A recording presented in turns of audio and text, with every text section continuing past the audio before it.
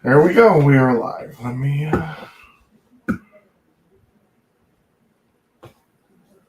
start the show with this.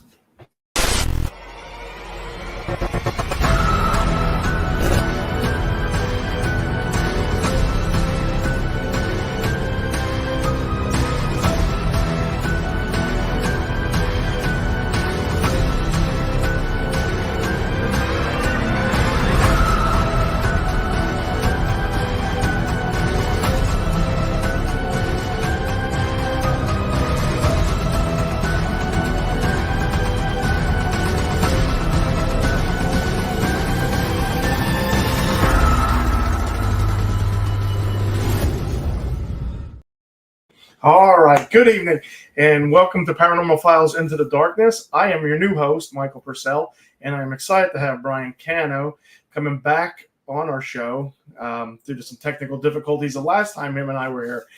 This will be our first episode, and welcome, Brian. I'm glad you're coming back. Oh, thanks for having me again. New host, old guest. So let's let's get into it.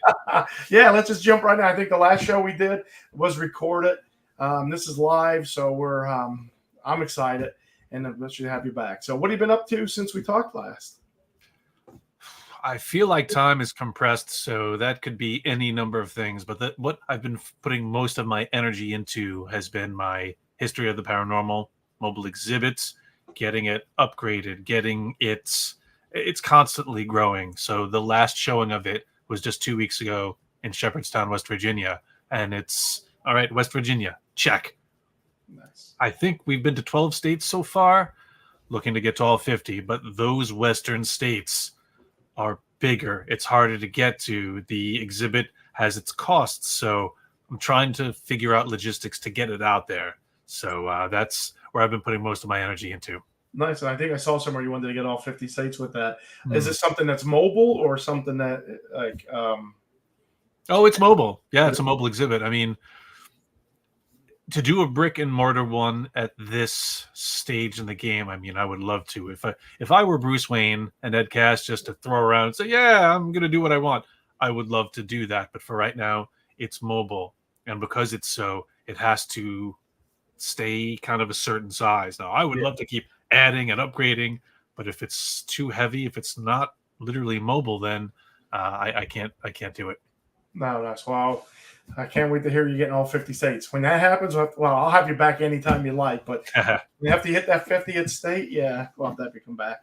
But I see you have some upcoming events coming. Let me, if you want to share that with the folks, I have the yes. September is going to be a busy month. I mean, I know in August I'm doing Michigan Paracon, which I hear is going to be the last one, or at the very least the last one under the current management. So got to be there. Going to travel up to the Sioux one more time. Then in September, got a lot happening. Most notably, September 21st, I'm going to be up in Fonda, New York for a History and Hauntings event at the old courthouse. Now, this one, the ticket price couldn't be cheaper. I think they're $28. Deluxe, full evening package is $35. So, in association with the Haunted History Trail of New York State, we're going to have a workshop on how to research locations. So a lot of times people don't know what to do or are intimidated by the steps they need to take to research a plot of land, who's lived there before, who owns the house, etc. This event will have a workshop about that and then have an investigation in the evening. Oh, wow. That's a good price, $28 and $35. Oh, my God. Yeah. There can be no excuses aside from geography for people to not want to flock to this one. But then the very next week, I'll be in Lenox, Massachusetts at at Ventford Hall, Gilded Age Mansion with John Zaffis for a very haunted collector-esque evening. No. It's going to be it's pretty much going to be Haunted Collector Live, except you're going to be in it.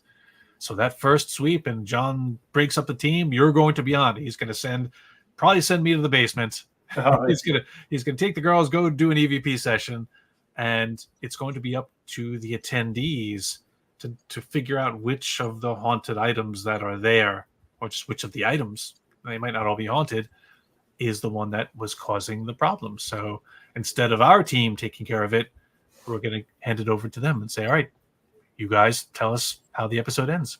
Oh, wow. That is really interesting and intriguing. I might have to check out that one. It's the 21st for that the workshop. Yeah, come on up. Yeah, definitely. I'll have to see what we're doing. I don't think we have anything. So, yeah, see how far that is for us for a drive to New York. Probably only a couple hours.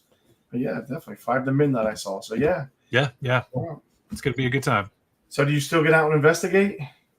When I can. Yeah. When I can. I mean, everything I do is research-based. I want to get closer to theory, actual paranormal theory, not Hollywood theory, not TV tropes. We need numbers. And for that, we need data. And this is not something we can just get in a weekend. So I'm just logging in those hours. Oh, yeah. Do you spend, when you do go in, when you have the time, do you spend multiple days at a location, or? I do what I can. You can, yeah. Again, the paranormal, depending on which corner of it you're in, it's a pay to play. So we all go to the famous locations because everyone's, this place is guaranteed haunted. I don't believe in that. That being said, the longer you could spend at a location, or if you could keep going back, that's great. The more chances you get to interact with something. But I'm really a believer that everywhere is haunted.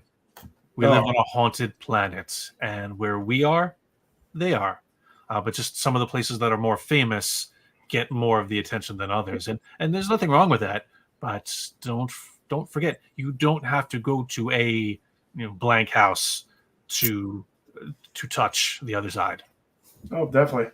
I think we have our house with 3 or 4 entities here. We've had it investigated, and we every now and then. My wife is sensitive a little bit, so it's interesting. We haven't had anything in a while, but one of the things was my parents were here, and really? they had COVID, and they were in our back room. And one thing, my mom was like, the one morning, were you and Gwen talking about 2:30 in the morning? I'm like, no, we were sleeping. She's like, I heard voices, and I'm like, no, it wasn't us.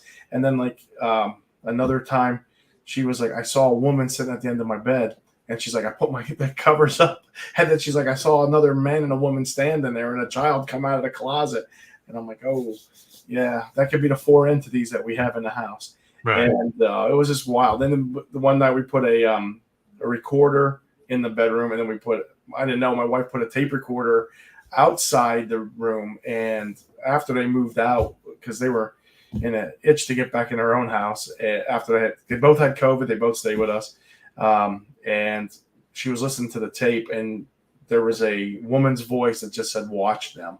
And it was like in a raspy voice, and it was wild. I was like, oh man. So she's been touched. I have, and I've heard a voice of like hello, like when I was out in the garage. So it's been a while since we had some. So yeah, I mean, and we are on farmland. It's not like we're on any special battleground or anything like that. It's just we're outside of a very small town here in Pennsylvania that used to be farmland. So I could probably agree with you there. Every place has something, and every place, and that's the thing. Take a town like Gettysburg. Okay, yeah, there's a very famous battle, very big historical event that happened there. That, of course, yes, it makes sense why there would still be energy there. Not to mention the reenactments and the visitors and the tourism. It's keeping that place going and alive, so to speak, in activity. But the place down the block, or one town over, or your neighborhood, or anywhere, it's not famous. It's not a tourist location, but it can be just as haunted. Oh, yeah. Yeah. So speaking of haunted places, is there a place that's more memorable to you, or do you like going back to I'm sure you've been to a lot of places. This is akin to the what's the scariest place you've been to, or what's your favorite place, or what's the place. I'm bad with favorite questions. I'm bad with choose one because there's so many different things to take into account. But there's a place that checks so many boxes with me, and that's the Grand Midway Hotel in Windber, Pennsylvania. And I write about it in my book, Grains of Sand, Tales of a Paranormal Life, Chapter 7. Oh, yeah. The Circle of Fire. And just from that title alone, some stuff went down. Oh yeah. Away. And this was a place that it really challenged me. It really pushed the boundaries of what I thought I knew, and it was instrumental in pushing me from skeptic to skeptical believer. But that process still took about 2 years to happen. Oh wow. Wow. Interesting. So do you still do paranormal caught on camera? Oh yeah. Yeah. We filmed the first half. Well, what I hope is the first half of season 7. The first half of the first half has already aired. Okay. The back end of it is being edited right now, and the editors take the summer off. So there should be probably more coming. I want to say maybe September, October. Oh, nice. I enjoy watching that show. So that's why when you said you'd come back on, I'm like, yes. And I did say camera this time. I think the last time we did record, I said film. People say ghosts caught on tape, paranormal caught on. Morty, what's that show called? Paranormal caught on camera. It's very easy. Yes. I watched the show. I actually just the other day I was watching it. Like I work from home, and I have the YouTube TV, and I was like, and I also knew you were coming on, but that's not why I watched. I watched it before you came on the first time, but I put on, and it's just so intriguing. Like I'll be working, I'll be listening to and watching the stuff, and just the stuff that people captured. It's like you gotta guess, like, how could that be? Or like if they kept some like the images like the UFOs. Like I saw the one I recall was like a multicolor light, almost like a roundish triangle, if that makes any sense. Mm-hmm. And then was it the same episode or another episode on the western part of this had the same thing, and I'm like, yeah, it's makes you go Yeah, it does. And I mean, what I love about being on the show and what the show does, it's not an excuse me, it's not an investigative show, so we're not out there doing. There's plenty of shows like that, so that there doesn't need to be another one. It gets the conversation started. It says, okay, we found this video from online, or someone sent it to us. All right, let's watch it together. What do you think? And a lot of people say, oh, I thought that's crap. I don't believe in that one. I'm like, good. Mm-hmm. We're not saying, and again, I think one of the weaknesses of the investigation shows, and again, I know most of the people on the shows, I'm friends with a good deal of them, so this is not any shade being thrown at them. But when you watch the shows, anything that is put forward is pretty much saying, they caught it, don't question it, because if you question it, you're questioning them. Right. This one, please question it. Please look at every clip, every frame, dissect it, find the inconsistencies. And if it turns out that, all right, it doesn't pass our test, then we keep going. Now on the show, people will say, well, how come you guys don't debunk the videos? Well, that's not our job. The job is to bring them to you, the audience, to say, hey, well, what do you think? Mm-hmm. Because if we debunked it, why show it? Exactly. Yeah. And I like the fact that you're not passing an agenda. Like, and I'm, again, not knocking all those other shows, but if they're, paranormal, trying to make it paranormal when it may or may not, you do leave it up to everybody to, interpret what they want to see and how they want to interpret that. So yeah, that's one thing I like about the show is you look at something, you're like, it could be, or, Well, the producers are awesome. Like the entire team that puts the show together, everyone at Meeting House Productions, they are genuinely excited about the clips, and because they're not paranormal people per se, they'll look at it and go, oh my god, can you explain this for us? Like, how could this be? And I got to tell you, over the years, over the seasons, we're in season 7 now, there are producers that have been with the show since the beginning, and they have learned a lot.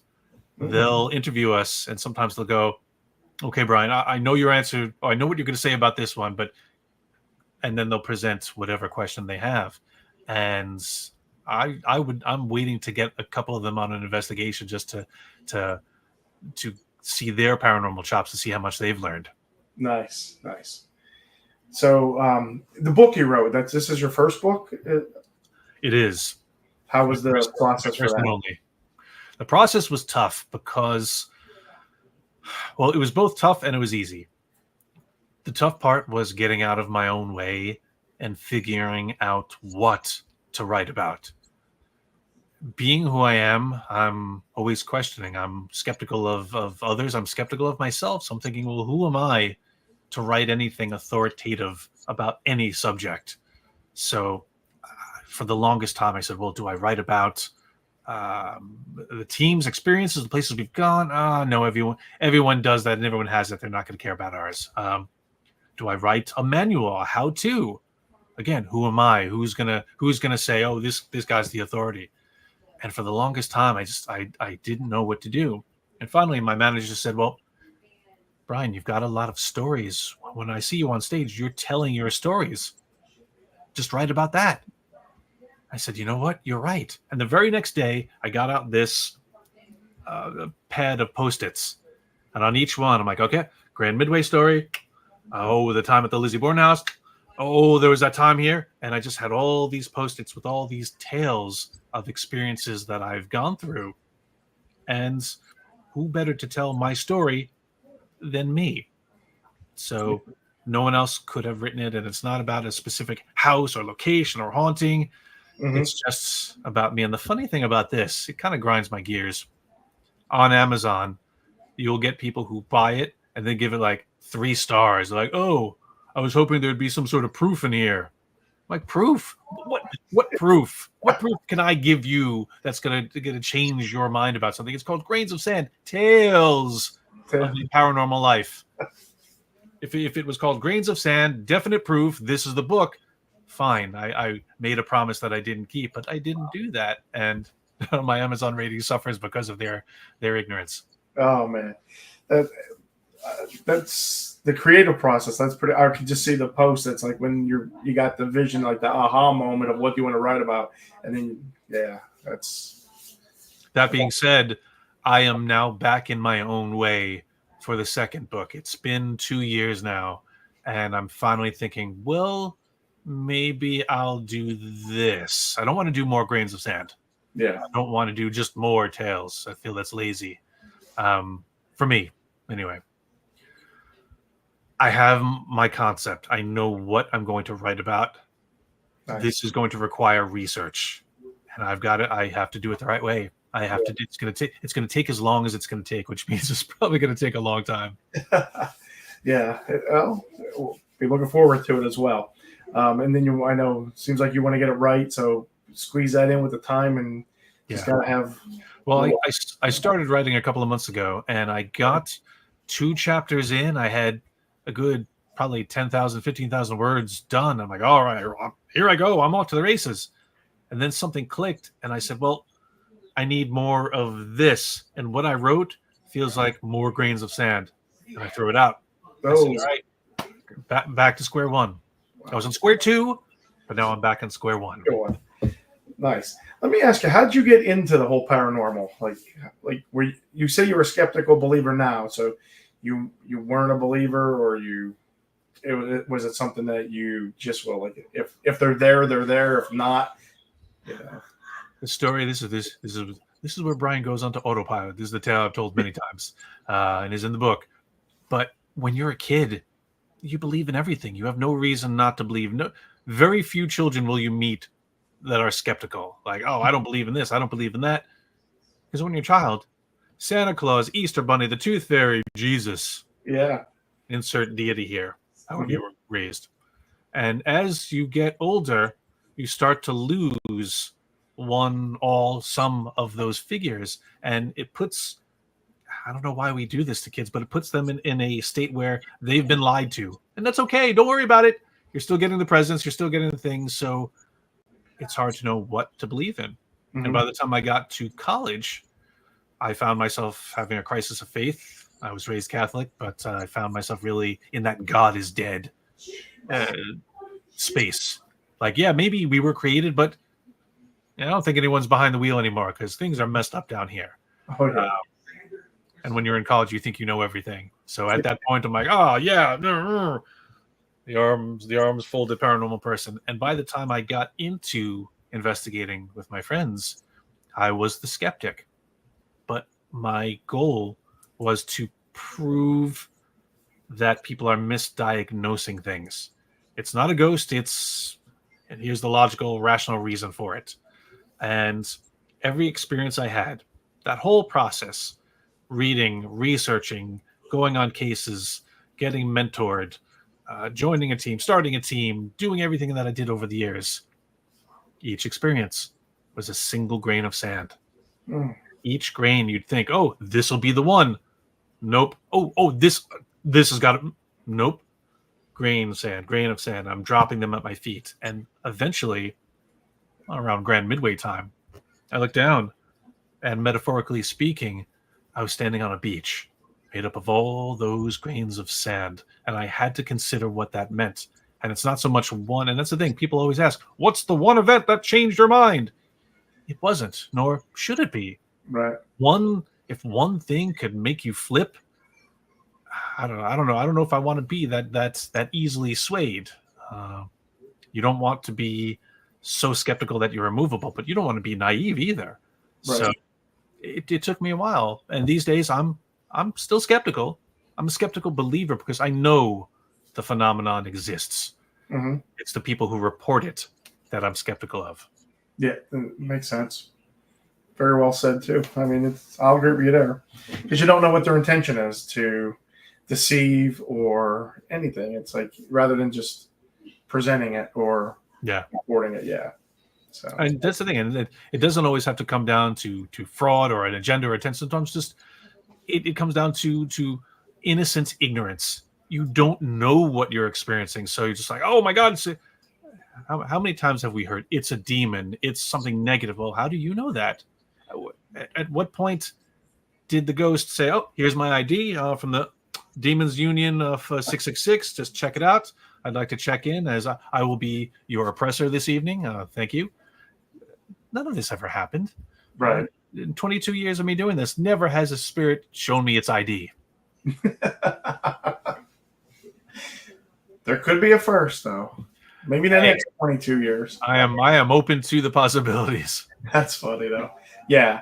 And I agree. I hear people sometimes say, oh, it's a demon. I'm like, did it do any is it negative? Did it do any physical to you? And they're like, well, no. I'm like, well, how do you know? Or why would you say demonic, whether, if it's not really being malicious? Mm-hmm. Yeah, And honestly, I mean, let's think, if you want to talk about demons, I believe they exist. I don't know if they're necessarily the way the media portrays them. I mean, they could be, but anything we experience is colored by those who first pen the description. So if this is biblical, if this is religious, yes, demons are going to be cast in a certain way, but negative is negative. A demon could be, well, here in the West, everything's very much Christian, so it's a demon. But go to the other side of the world, to Saudi Arabia. They're not concerned with demons. They're concerned with jinn. Okay? We're talking about these entities, these beings, these powerful spirits that are greater than us, older than us, higher dimensions. Well, that also sounds like extraterrestrials too. Higher levels of beings. So we could all be describing the same thing. Jinn, demons, aliens, all grays could all be the same thing. It just depends on who the observer is. You might get somebody from MUFON who's like, I don't believe in any of that ghost and spirit crap. But you tell them that there was a UFO sighting, and they're all ears. They're writing down in their book, and you tell them that you saw a gray. Okay, they're going to write that down as a close encounter. But meanwhile, maybe that was some spirit going to possess someone or oppress someone. We don't know. We don't know. Yeah, true. Hey, we have some questions actually coming in. I've been so intrigued that I see somebody from New Jersey. Iradia said, I love there's a skeptical mind in reviewing videos. And have you had an experience that would, let me see, pull that up. There we go. So have you had an experience that you would never want to experience again? Chapter 7, Grains of Sand, Circle of Fire, the Grand Midway Hotel. That was my one and only demonic encounter. Since we're talking about demons. Right. Again, 22 years I've been doing this. I've only had one demonic encounter. I'm happy to that to let that be the one and only one. I've met people in groups who you're at conventions and they got the black shirt on. They're like, "Yeah, we handle demonic cases all the time." I go, "Do you? Do you all the time? We Sam and Dean? No, this is in real life." I'm going to go out on a limb and say these are very rare. Yes, I have colleagues and people out in the field who, yes, deal with that type of thing, so they will deal with it more often, and it's out there. But in the same respect, go to the woods. Bears live in the woods. When's the last time you saw a bear? You know they're there. We don't always see them. So I look at it like that. It's a part of our natural world, and I think you need to know enough to resist them. Know thine enemy. Yeah. Don't seek them out. Try to avoid them when possible. I don't want to fight one. I feel I'm ill-equipped. I just want to avoid them. I agree. We got another one here. Egyptian princess. Are there portals in the woods to different dimensions? Your guess is as good as mine. I don't know. I stay away from generalities to say this is where this is, that's where that is. Could there be portals in the woods? Sure, why not? Stable portals, situational portals, maybe portals that are used specifically by certain type of spirit. There's a whole subcategory of spirit that, again, when I say the general term spirit, that's the big all-encompassing ghosts, anything that fits into a non-physical paranormal being. So you want to get into fairy folk, sprites, brownies, boggarts, goblins, hobgoblins, kobolds, anything from the Dungeons and Dragons monster manual. They've been reported by people from different countries for generations, and it's part of their tradition. So could it be based on some fact? I'm inclined to believe that yes, there's a kernel of truth within a lot of our legends. So are there portals in the woods? Maybe. There could be. Yeah. It's an interesting question, and portals for anything is interesting. Even with the Bigfoot and cryptids, portals. Yeah. One thing that sticks out to my mind is we do investigation. My wife also does. She spends more time investigating this Bigfoot than I do because of her schedule. She's a paramedic, so she's a 7 days on, 7 days off. Oh wow! Monday to Friday guy. And would I love to be out there with her? I mean, she's had an experience out at Salt Fork where she had a handprint you could see. She's also that same weekend. She was there sleeping in the back of her Bronco, like the smaller version, and something black was at the back of the window, and she couldn't see the neck up. It was like the chest down, so it had to be like over 7 feet tall. Rough. Right. Just and just like anybody else, she's out there investigating, but she was like, I didn't want to move. I didn't want to know I'm in there. I'm thinking it probably knew you were already in there. Right. And open it up like a sardine can and get but yeah. So but what I'm getting with the story is somehow we got in contact with a gentleman just to the north of us, and we went to his house to investigate because he's had UFOs, Bigfoot kind of things going on and everything, and it's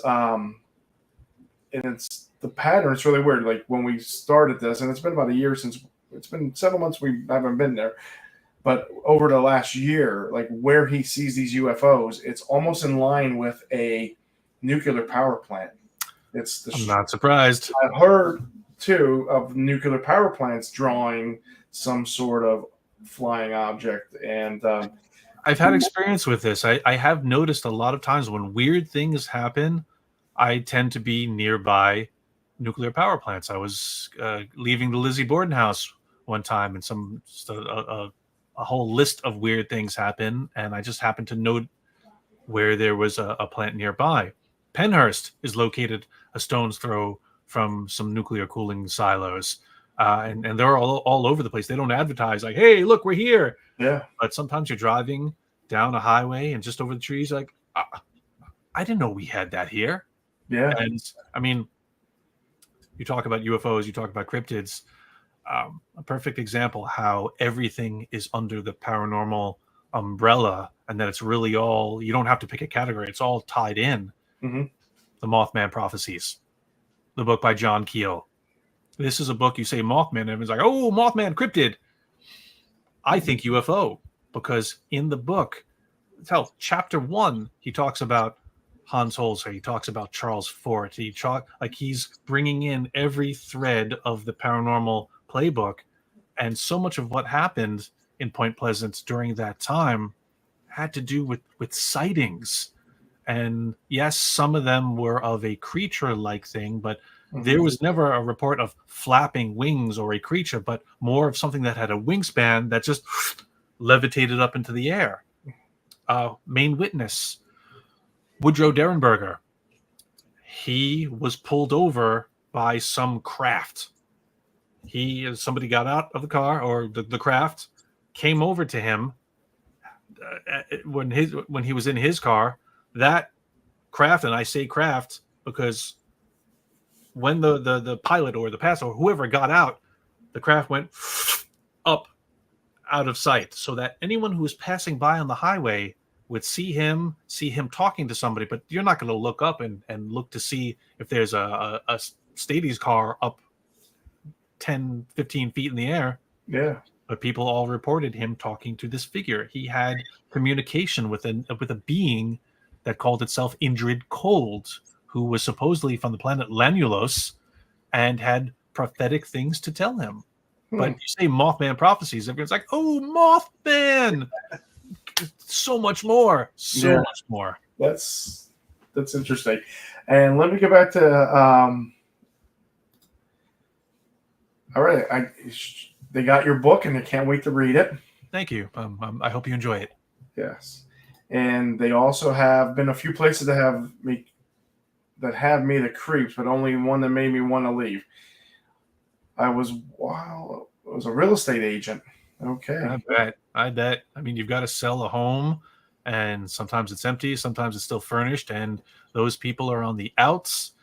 What energy gets left behind? Maybe it was there before, and that's why they moved. Yeah, I've heard a lot of crazy stories. And then we got a Egyptian princess. Yes, that's been reported several times. Yes, plenty of times where the report has been there was a launch, or there was something that was about to happen, some testing, and something was sighted and it shut it down. A friend of mine, musician Jack Hughes, wrote a song about it called Since 2017, and he's writing an expansion to that called They've Come to Take the Matches from the Child. And the thought being that, there are good aliens out there who don't want to see us destroy ourselves, as others of their kind have in the past. There's that whole thought that this has happened before, it will happen again. We're here to help you, but you guys just look like you're determined to destroy yourselves. And anytime I turn on the news or hop online, I'm inclined to believe them. So take the matches from the child. We shouldn't have them. No, and I think I heard a story like that once before where somebody speculated the same thing. Like, they're there to watch over us, like, this whole, like, with the nuclears and stuff like that. So to prevent that from happening, I forget who I was talking to, but somebody also, hope I'm not misspeaking, but thinks that if they're from the future, they don't want us to do anything to change that. Like, if, and this could be wrong. I know I'm not making this up. I know I had a conversation with somebody who was talking about this, and that's his name, Indrid Gold. I'm not sure, or maybe I was just abducted, and that's what they told. That's what after all the probing, that's what they stuck in my little brain.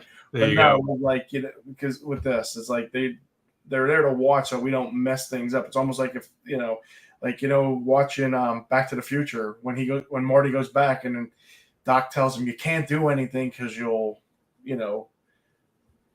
interfere with what's happening in the present if you go back. So maybe. I love the Back to the Future movies. The trilogy I felt was a perfect rendition of time travel, and that's what I thought until now we get into quantum physics and we get into other multiple dimensions and chaos math. And I like Back to the Future because I understood it. It made sense. But you talk to any quantum physicist and they will tell you, if quantum physics makes sense to you, you're doing it wrong. So many things we don't understand. And if we talk about stacked time or multiple dimensions, and if time is indeed not linear, that's only how we perceive it. If it's all happening at once, like imagine all the channels on your cable box playing instantly and simultaneously on your screen, overlapped. The Battle of Gettysburg is happening right now as we're talking. The destruction of Earth, the sun exploding is happening right now. So could it be possible that they're looking back, or they're trying to change or avert or do some sort of pruning of the timeline? I think anything's possible. And honestly, I feel that as inquisitive a species as we are, our brains have only so much bandwidth. There's only so much hard drive space for us to understand the complexities of everything that exists. So we're going to get to a point where, we understand everything we are capable of. And until we shuffle off this mortal coil, we're not going to be able to get any more information. Very true. Egyptian princess also said, cool story, I think that from the story previous. And then Irada, the government has acknowledged UFOs, and they believe Bigfoot is a real primate. The government is now finally recognizing the UFOs. They've recategorized. They've shifted, and they say, okay, we're not going to call them UFOs because that could be misleading. They'll term them UAPs, and they still dance around the extraterrestrial question, because a UAP, an unidentified aerial phenomena, it's unidentified. It could be China. It could be Russia. They're saying, okay, there's things up there we don't understand and don't know. We go, oh, aliens. It's got to be aliens. They're like, oh, we're uncomfortable saying that. But they haven't acknowledged. But we know they're not going to. It's going to be a look over here. Oh, you don't have healthcare anymore. Very true. And I've said this before. I think we have to be naive as a species and a race, that we are the only ones out there in a vast knowledge. I mean, just that we can't get past the moon, and these so-called UAPs, UFOs, and these species can get from wherever they come from to here. Because I really said saw one driving up the New York Thruway by the Adirondacks. I'm assuming that was a UFO or UAP. Let's see. And they also said, I don't think we should. No, we should not have it. Nukes are like lawyers. If you employ one, you don't win. Even if you win, you don't win. And we're doing damage to our planet. I mean, just look at what's going on in Fukushima. No one's talking about it anymore, but their water treatment plant is now beyond the capacity that they can contain or treat it. So now it's like, all right, it's just going to spill out into the ocean, and that's it. We're doing so much damage to the planet. Like, I don't care which side of the political spectrum you're on. We're making a mess. No, I agree. And it's not like one person's going to fix it, or it's just going to magically be great because an election happens. We should. I mean, I was talking to a friend about this just the other day about what we eat. And I was over in the UK 2 years ago. And the food there was fresh. It was good.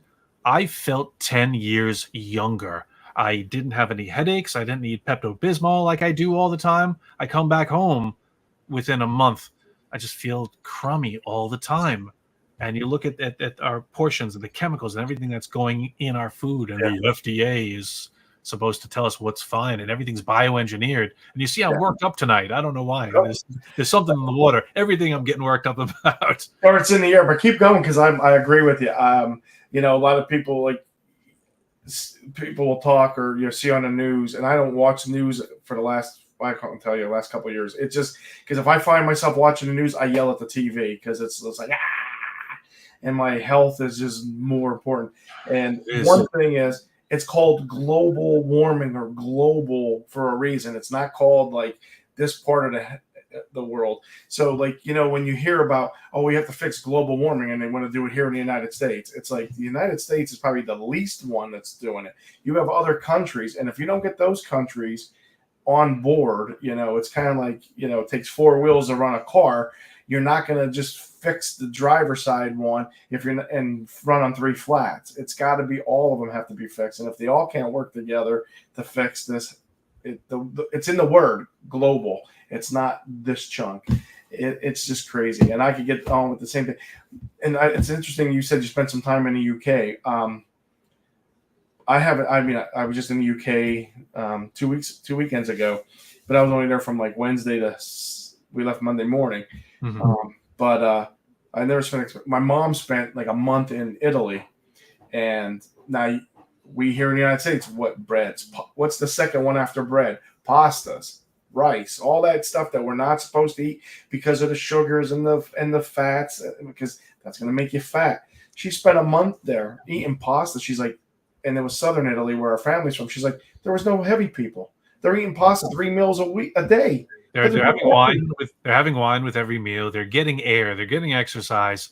The work mentality of the Western world isn't present there. People like, what's more important? Living, family, friends, experiences, fresh food. Man, I envy that. Yeah, me too. Because I'm like, that doesn't make sense. You eat pasta 3 meals a day here, and you're a skinny mini. You're going to be several hundred pounds in like it's like that. What was it? That one child that went to McDonald's like every day and he got fat, and then it's like he sued McDonald's. It's like, what did you think? Yeah.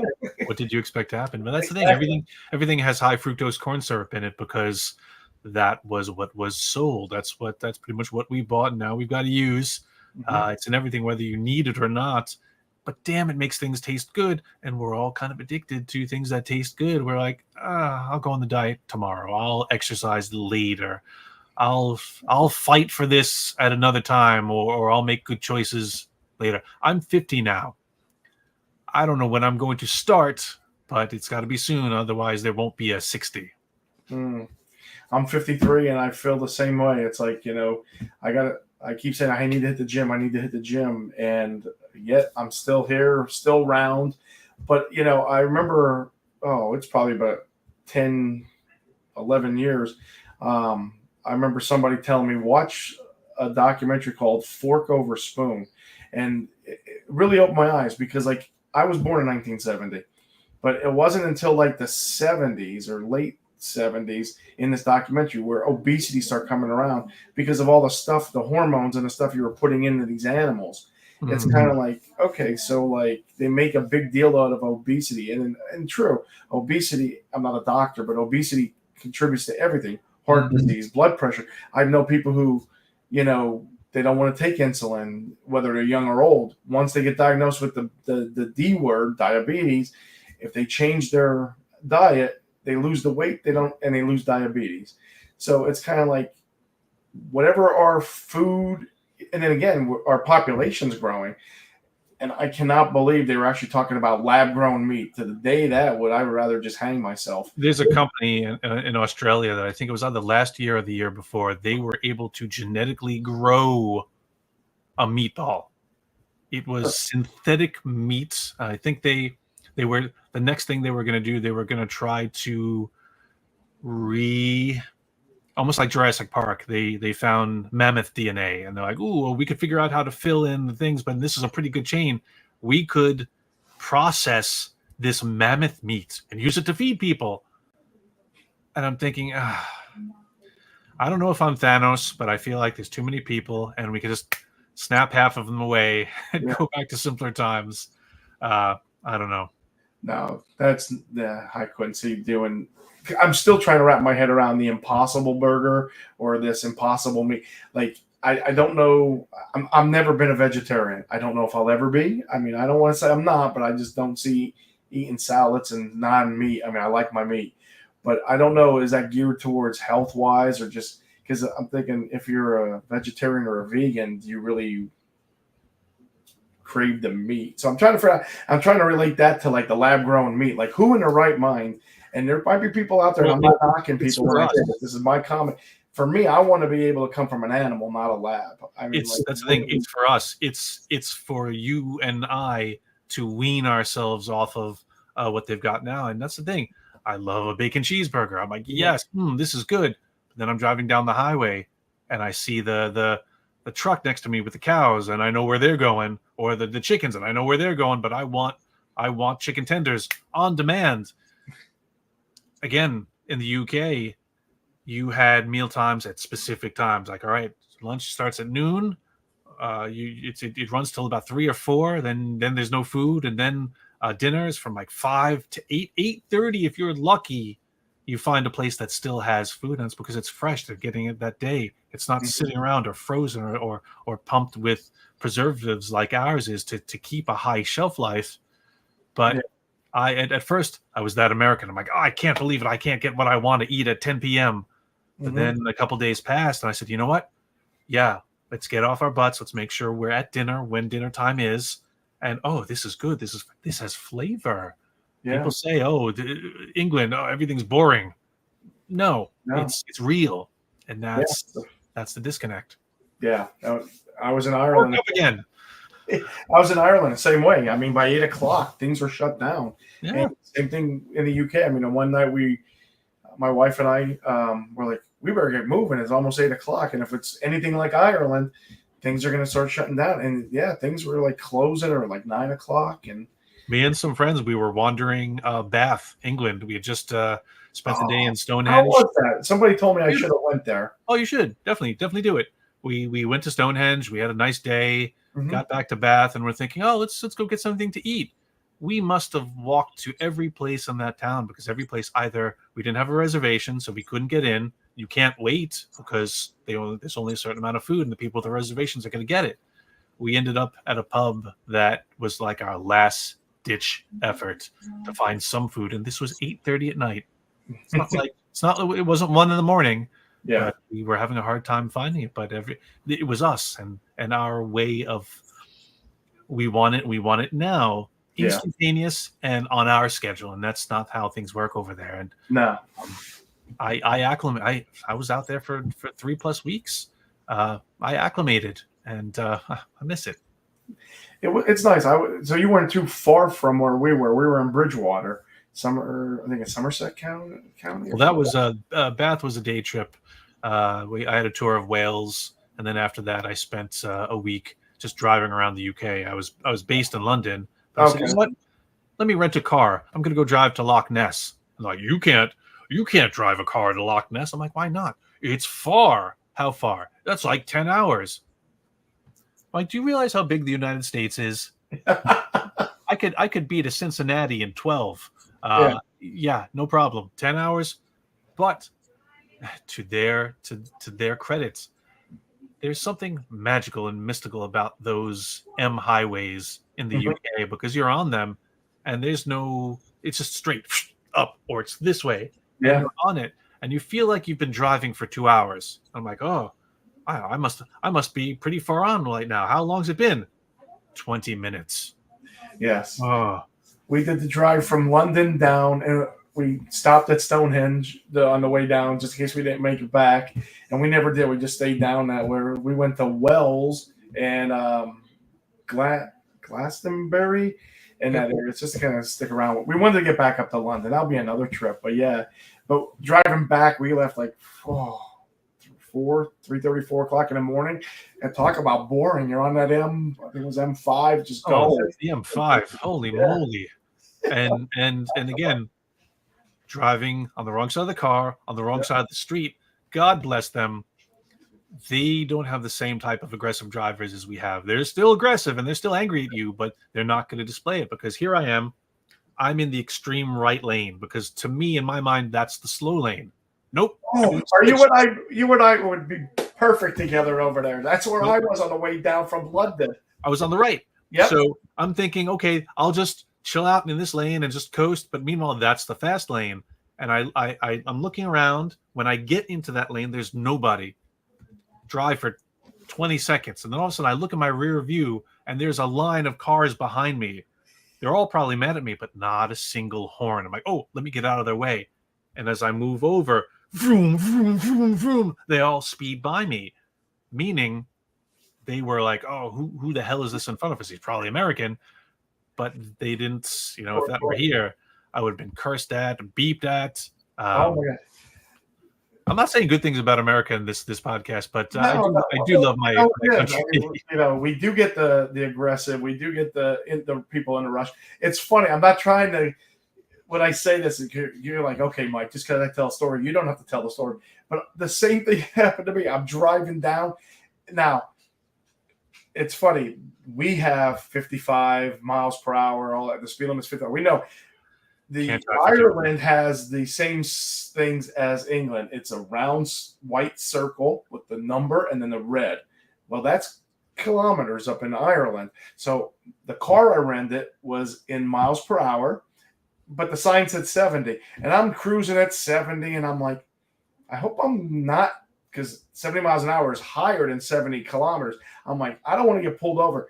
And I'm just doing 70, but I'm keeping up with traffic. Same thing. I'm in the right lane. I'm saying, all of a sudden my wife goes, why is everybody going like this to you? And I'm like, I don't know why.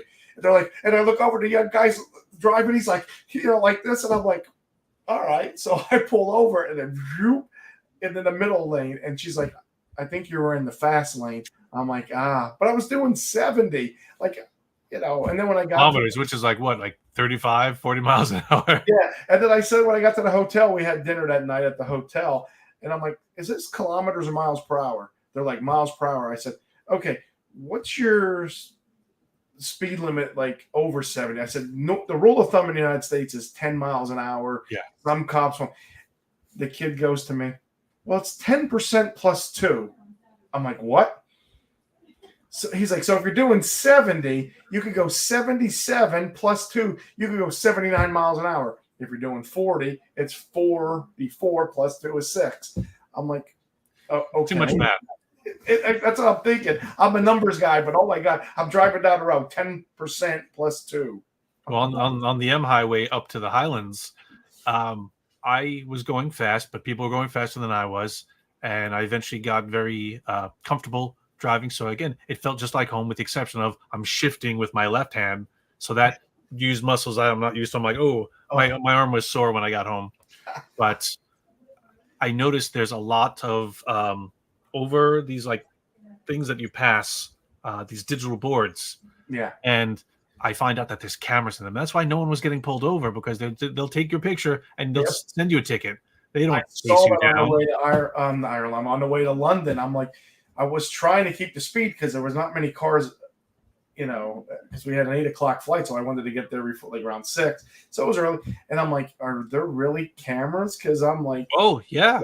And that's the thing. I was paranoid because I'm thinking, how many cameras did I blow by thinking I don't see any troopers, so I'm fine as long as I don't see a police car. I'll just vroom. I've got ground to cover. I got to get all the way up north. Oh, that's crazy. And I concur. I remember somebody saying it's like a 4-hour drive to do something. And I'm like, 4 hours? I'm like, that's nothing. That gets me from here from my house in Pennsylvania to New York is 3 hours. Yeah. And that's with the traffic. Like Newark is 3 and all. And I'm like, God, just to get across PA, for the minute you hop over into Easton, that's 6 hours. You were dealing with 6 hours to get to Pittsburgh and then into Ohio. That's a haul, because there's nothing to see on 76 or 70. Or you drive 80. That's the way. 80 is nothing. Yeah. Oh, yeah. Oh, 80 is even worse. Exactly. But you do it. As long as, with me, as long as there's a Sheets to stop at, I'm happy. Yeah. Oh, I agree. We have Sheets in our rear. So, 80 is not too far from us in 81. So, I know 81 is a little better, but no. And I'm thinking 4 hours, that's nothing. And like you said, 10 hours to get up there. My first trip, my son wanted to see Dale Earnhardt Jr., his last race at Talladega. I'm like, all right, let's go. We did the 12-hour drive. And for me, for some reason, going all the way down to Alabama, 12 hours didn't see. I was like, man, this is pretty good. Yeah. And then the next year, I'm in a crew for Mardi Gras that's always on the Sunday before Fat Tuesday. And my wife, then when we were dating, I'm like, you want to go to New Orleans? I said, why don't we drive? Because she went with us. We just started dating. I said, come with my son and I will go to Alabama. And I said, let's use Alabama as the thing. If we get 12 hours, we want to pull over, we'll just get a hotel and continue on. We did the 17 hours straight going to New Orleans. Mm-hmm. And with her driving just the last maybe 5 hours.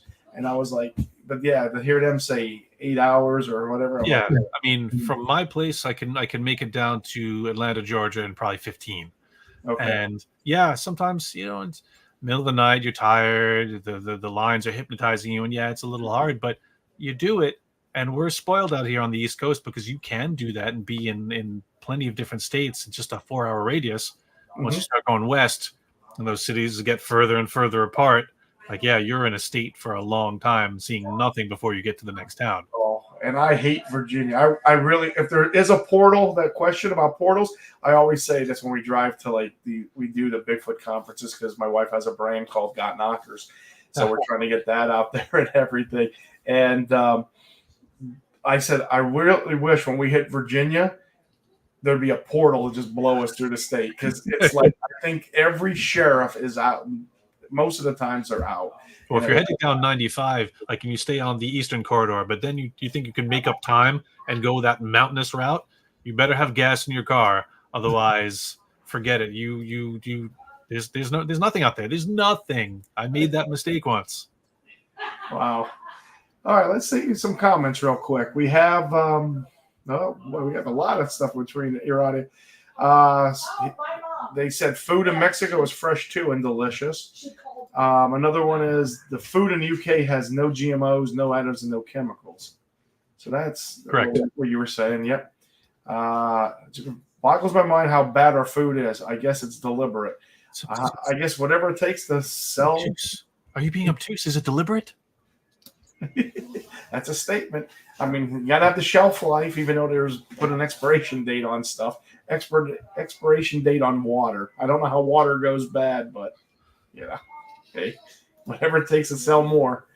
Global warming. People don't want to think critically. They are drinking the Kool-Aid. Very true. Somebody grew up on a farm in Puerto Rico. PR. I'm thinking Puerto Rico. The elders of the village were 90 plus. Without diabetes, high blood pressure, etc. Wow. So we have another one. My grandfather grew his own coffee and roasted it over a wood fire. Best coffee ever. Now I'm hungry, thirsty for coffee. And then back to traffic. We got take the train or fly to Loch Ness. Nope. It's the journey. Stopped in Manchester, stopped in Glasgow. No, I'm driving. Yeah. I did the train ride wasn't bad. I was in Glasgow and I did the train ride to Edinburgh. It was like a couple pounds at the time. It was a couple years ago, a Christmas trip. And it was really nice to see the countryside. And I was thinking, but I would agree. Drive, and I never drove up until I went to my wife and I got married in Ireland. So the first time over there, you were saying about the stick on the left side and shifting with that. We pull out of the rental place. We get to the hotel. We're going to go grab something. And the car's pulled right in front of the hotel. And I could drive stick. I used to have an old Land Rover truck that had the right-hand drive, so I could shift to the left. We're sitting there for 10, 15 minutes. And I can't get in reverse. I can't get it out. I'm like, we're going to be driving through the hotel. Then somebody comes up and taps on the window like, you need help. I'm like, what's the trick? You had to lift up there's a button under the shifter. You had to lift up to get it in the reverse. And I'm like, don't forget that. Yeah. Yeah. That's the thing. The roads up in Scotland is designed to kill you because all the roads are thin, twisty, and there's beautiful magical things to look on every side of the road. So as you're looking, you think you're driving straight, but meanwhile you're veering off into a gulch, and there's another car coming at you at 80 kilometers on the other side. Like, whoa! Oh, I must have almost crashed so many times. I'm like, look, a rainbow. Oh, look, that's where Highlanders film. Oh my God, look, beautiful country. Yeah, that's on my bucket list to to go to Northern Ireland and go to Scotland. So I'll have to learn. I'll drive there. Northern Ireland was great too. So you drove in Ireland before? Northern Ireland was a separate trip, but my hosts there were unaware that a lot of Game of Thrones was filmed there. Oh, okay. So we went on a Game of Thrones filming spot tour. We just kind of hopped in the car and we kind of hit all these places. So that was a lot of fun. No, that's cool. One thing, the first time I drove overseas was when we went to put our marriage license in, and we had to rent a car. And on the roads, they're like, there's 2 lanes, all that good stuff. And then you get on those small country roads that are a lane and a half. Yeah. And like you were saying, it's like there's no line, no nothing. It's just there's the end of the road. There's a side that looks like, just bushes and brush until you realize, and that's on the passenger side. And my wife was like, you're going to hit the bush. I'm like, it's just a bush. She's like, no, if you go too far over, there's a brick wall or a stone wall. Yeah. And then all of a sudden there's this dump truck, like a garbage truck coming flying at you, a bus and a tractor trailer. And I'm like, what in God's name are they doing? And all you think is we're going to get killed because they're going to take a mirror off. And somehow miraculously you fit on a road. I don't know. You've got to get adjusted. You've got to get acclimated to the width of your vehicle very quickly. Like there's a section of road next to Loch Ness that is just one. It's like a path. It's just, I wouldn't even call it a road. It's a path. It only fits one car. Yeah. You have to hope you get as far down that path as you can before something comes on the other side. But there are pull-offs. So you kind of have to, if you see another car coming, who's going to pull over? You have to pull off into one of those little divots. Oh, yeah. The other car by. Iridia says, I'm a Jersey girl driving a turnpike as a sport. Turnpike is nothing. It's one road. It goes up and down. Yeah. Child's play. The 80 is boring. Somebody agrees with me there. They did a 13-hour drive from North Jersey to Savannah. Oh, and then the Egyptian princess slap out portal through Virginia. Isn't that true? Oh, and they don't like Virginia. It was the changes in, the speed limits. Yeah, 60, 65, 70. It's like, why can't you just keep it all at 70? But Pennsylvania's like that at 70 on 80.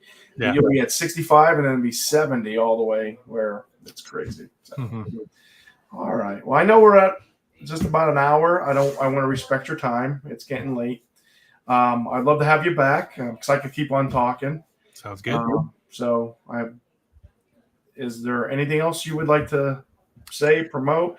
I mean, no, just the couple events we talked about. Anyone who wants to keep up with what I'm doing can go to my website, neverstopsearching.com. If you want to become a part of any of the projects that I'm doing, you can join my Patreon, which is patreon.com/Brian J. Cano, and things like that fund my exhibit, my film projects, and I have an apprentice tier level on my Patreon where if you want to learn, say, parapsychology or ghost hunting 101 or whatever you want to learn in the paranormal, I have a dedicated mentorship program where I teach you various aspects of the paranormal. Oh, wow. And I am definitely going to, as soon as we get off, I'm going to be to my wife, what are we doing September 21st? Yes. So, because I am intrigued and join that. Irada said, thanks for the chat. Well, thank you for joining us. This is the first show I'm the host. If you like what you see, subscribe to our channel, hit the like button, and you'll be notified. It's somewhere over here and up there. I like that. Can I use that can I use you do that for the channel? Again, join us. We won't be back here on the 15th, but on the 29th, we'll be back for another show. Thank you, Aurelia. Please join us. And Brian, thank you again for coming. And I look forward to either meeting you on the 21st or having you back again on the show. All right. Thanks for having me. Okay. Thank you. You have a good night. Have a good night, guys. Okay. Check us out. Let's see. Oh. This has been a CARC Universal production.